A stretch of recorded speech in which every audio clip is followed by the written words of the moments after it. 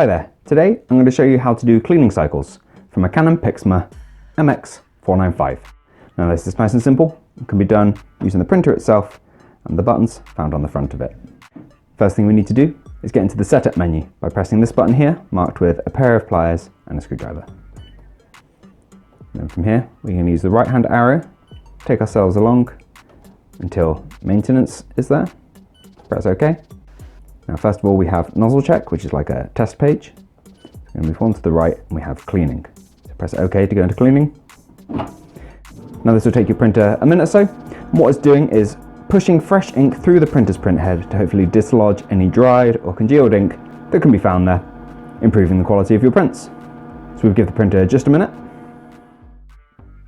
It'll eventually be returned to this maintenance menu again with cleaning there. With this done, I would recommend popping into that, doing a nozzle check, which is like a test page for the printer, so you can see the results of your clean. And from here, you can just do cleaning cycles and test pages until you hopefully see an improvement in your print quality. Now please be aware, the cleaning cycles we've just done will use up ink within the printer because it is physically pushing ink through to kind of clean it. So I'd limit yourself in the amount of cleans you do, just to avoid wasting ink.